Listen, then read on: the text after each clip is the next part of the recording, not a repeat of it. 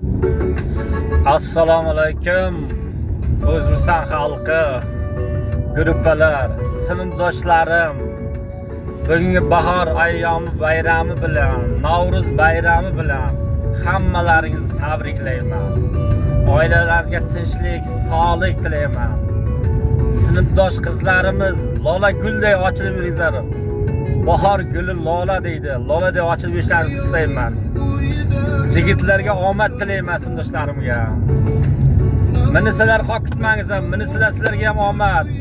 Oilaviy tinchlik tilayman.